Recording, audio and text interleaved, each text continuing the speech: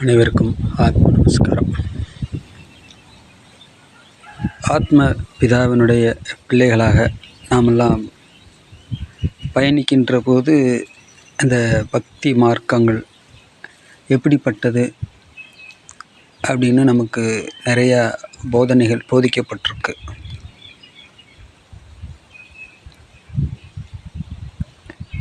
ஏன்னா அந்த பக்தி மார்க்கத்திலிருந்து நம்மளை விடுவிக்கிறது ரொம்ப முக்கியமான ஒரு ப்ராசஸாக இருக்குது. அதிலிருந்து நம்மளை விடுவிச்சாதான் அடுத்த லேயருக்கு நம்மளை நகர்த்தி கொண்டு போக முடியும். அதுக்காக சில விஷயங்கள் அதை உடைக்கிறதுக்காக சில விஷயங்களை நம்ம சொல்ல வேண்டிய ஒரு நிர்பந்தம் இருந்தது. அப்படி தான் நம்ம சித்த விதத்தில் நம்மளுக்கு சொல்லப்பட்டிருக்கு. ஆனால் பெரியவங்க சொல்லி வச்சுருப்பாங்க, கோயில் இல்லாத ஊரில் குடியிருக்காத, அப்படி நிறைய விஷயங்கள். ஏன்னா இந்த மார்க்கம் நமக்கு கிடைக்கிறதுக்கு முன்னாடி நம்ம எதை பிடிச்சி இருந்தோம்ன்றது இருக்கு இல்லையா? அப்போ அங்கேருந்து தான் நம்ம எல்லாருமே வந்திருக்கிறோம். அதில் எந்த மாற்று கருத்தும் கிடையாது. ஆனால் நம்ம வளர்ச்சியை நோக்கி பயணிக்கிறதுனால அதை நம்ம கொஞ்சம் அவாய்ட் பண்ணிவிட்டு தள்ளி வச்சுட்டு தான் நம்ம அடுத்த கட்டத்துக்கு நம்ம நகல முடியும். ஏன்னா வேற பிடிச்சிக்கிட்டே இருந்தால் நுணுக்கி போக முடியாது இல்லையா? அதுக்காக சொல்லப்பட்ட விஷயந்தான்.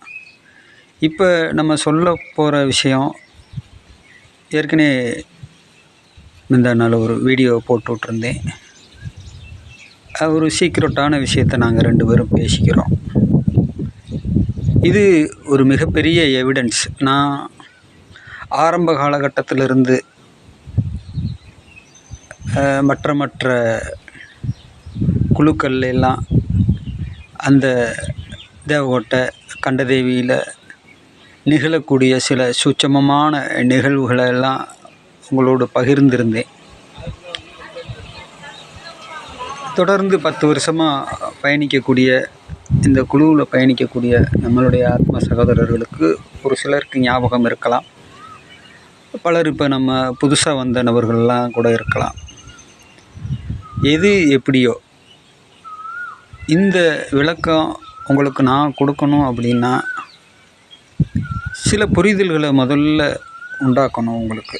அப்படி அந்த புரிதலை உண்டாக்குனதுக்கு அப்புறம்தான் நான் சொல்லக்கூடிய அந்த விஷயம் உங்களுக்கு புரிய வரும். ஏன்னா முள்ளால் தான் எடுக்கணும், வைரத்தால் தான் இருக்கணுன்ற மாதிரி சில விஷயங்களை இறங்கி செய்ய வேண்டியது இருந்தது.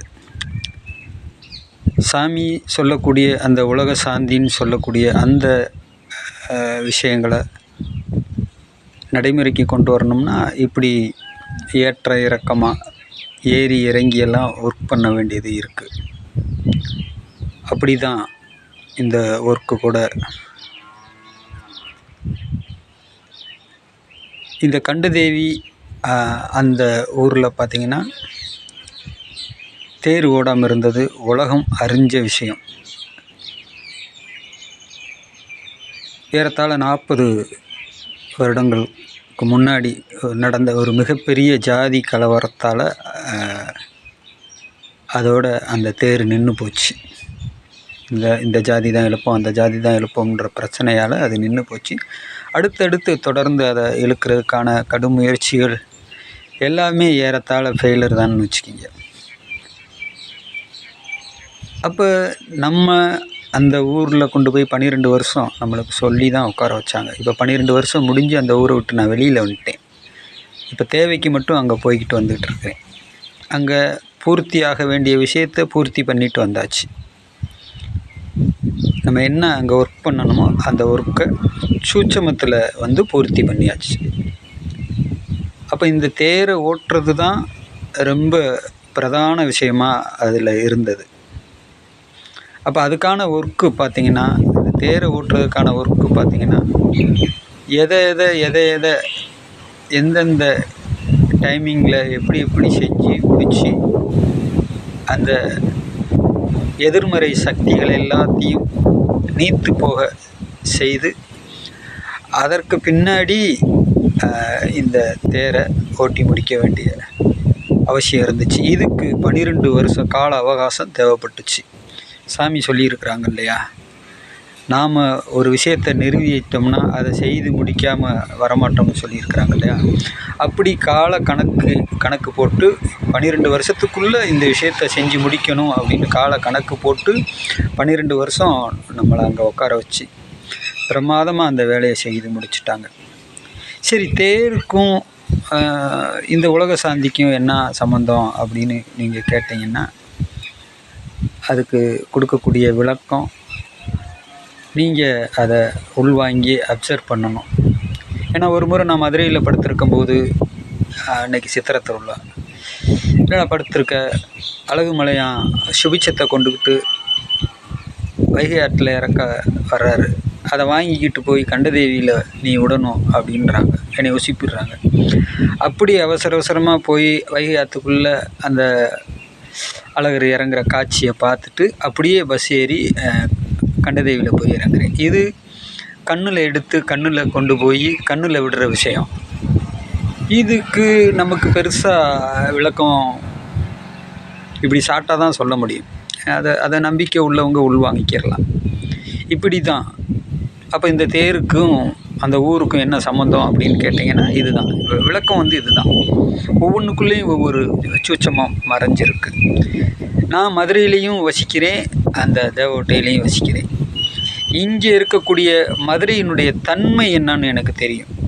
இங்கே நின்றுக்கிட்டு இந்த மதுரையினுடைய தன்மை, இங்கே இருக்கக்கூடிய அதாவது எப்படி சொல்கிறதுன்னா, அந்த எஃபெக்ட், மதுரையினுடைய எஃபெக்ட், அந்த கோபம், ஆக்ரோஷம், இந்த மாதிரியான எஃபெக்ட் இருக்குல்ல, இந்த எஃபெக்ட்டுக்கும் அங்கே தேவகோட்டையில் இருக்கிற எஃபெக்ட்டுக்கும் உள்ள வேறுபாடு எனக்கு தெரியுது. நான் ரொம்ப ஆச்சரியப்படுவேன். என்னடா அந்த தேவகோட்டையில் இவ்வளவு ஆக்ரோஷமும்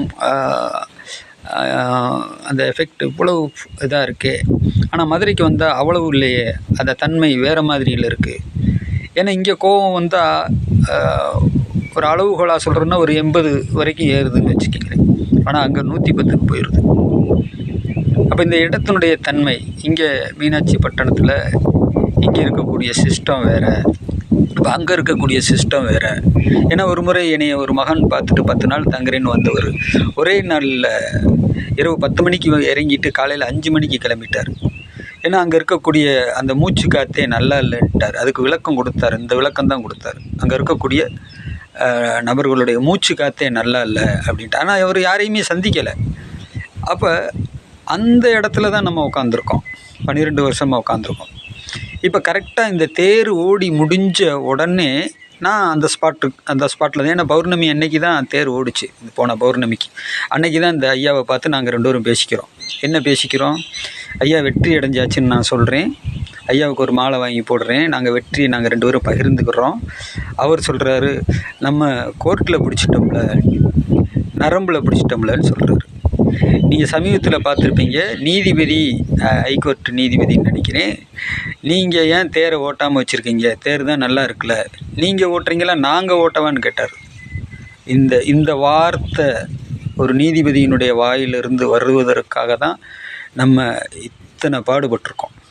உடனடியாக அது ஒர்க்குக்கு வந்துருச்சு. இதை பற்றி தான் நாங்கள் 2 பேரும் சீக்கிரட்டாக பேசிக்கிறோம். இது ஒரு மிகப்பெரிய எவிடன்ஸ். ஒரு மகான், அவர் யாருன்னு கேட்டிங்கன்னா, அமைச்சர் கண்ணப்பனுடைய தோட்டத்தில் அவரை வச்சுருக்கிறாங்க. ஒரு மிகப்பெரிய மகான். அவர் பேர் அற்புதமான பேர், டக்குன்னு வாயில் வரல. ஒரு கிருஷ்ண பரமாத்மாவுக்கு நிகராக அங்கே இருக்கக்கூடிய மக்கள்லாம் பார்க்குறாங்க. அடிக்கொருக்கா நானும் அவரும் சூட்சமத்தில் விஷயங்களை பகிர்ந்துக்குருவோம். என்னங்கய்யா விஷயம் இப்படி போய்கிட்டு இருக்கு, அப்படி போய்கிட்டு இருக்கு, இது எப்படி பண்ணலாம், அப்படி பண்ணலாம்னு நாங்கள் அடிக்கொருக்கா 2 பேரும் நேரில் சந்தித்து பேசிக்கிடுவோம். இது சம்மந்தமாக நம்மளோட சேர்ந்து கைகோர்த்து அவரும் ஒர்க் பண்ணார். அதனால தான் இந்த சந்தோஷத்தை அவரோட பகிர்ந்துக்கிற ஒரு சம்பவம் அங்கே இயற்கையாக நிகழ்ந்தது. இது ஒரு மிகப்பெரிய எவிடன்ஸ். என்ன நடந்தது அப்படின்னு உங்களை மாதிரி மற்ற நபர்களுக்கு புரிய வைக்கிறதுக்கு இது மிகப்பெரிய ஒரு எவிடன்ஸ். இப்போ இந்த தன்மை அங்கே மாறிடுச்சு. இனி எப்படி மற்ற நகரங்களில் இருக்கக்கூடிய அந்த சாந்த தன்மை, அதுதான் சாமி சொன்ன அந்த உலக சாந்தின்னு சொல்லக்கூடிய விஷயம். இப்போது அந்த ஊரில் அதை நிகழ்த்திட்டு இப்போ அடுத்த கட்டமாக இன்னொரு கிராமத்தில் நம்மளை கொண்டாந்து நிப்பாட்டியிருக்கிறாங்க. இங்கேயும் அதே தேர் பிரச்சனை தான். தேர் பிரச்சனைன்னா இங்கே ஓடின தேர் மண்ணுக்குள்ளேயே போயிடுச்சு.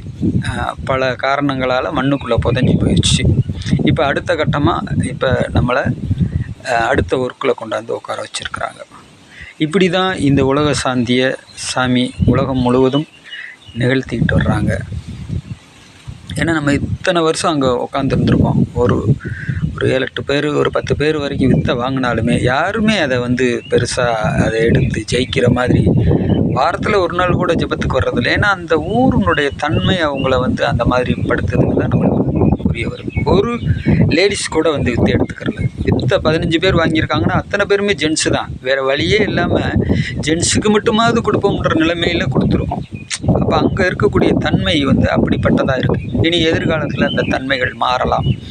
நம்ம மற்ற ஊர்களை போல் அந்த ஊரும் நல்ல சுபிட்சத்துக்கு வரலாம். இது இன்னும் ரொம்ப நீளமாக போடக்கூடிய ஒரு பெரிய வீடியோவாக இது இருக்கும். ஆனால் எவ்வளவு சுருக்கணுமோ அவ்வளவு சுருக்கமாக நான் உங்களுக்கு சொல்லி முடிச்சிருக்கேன். நம்ம பணி தொடர்ந்து ஞானப்பிதா நம்மளை இந்த விளக்கமாறு எடுத்து எந்தெந்த நகரங்களை எந்தெந்த ஊரை சுத்தம் பண்ண முடிவு செய்திருக்கிறாரோ அது தொடர்ந்து நடந்துக்கிட்டு இருக்கோம். இங்கே இந்த மூலிகை கஞ்சின்னு சொல்லி இங்கே ஊற்றுறோம். குழந்தைக்கு யோகா எடுக்கிறேன்.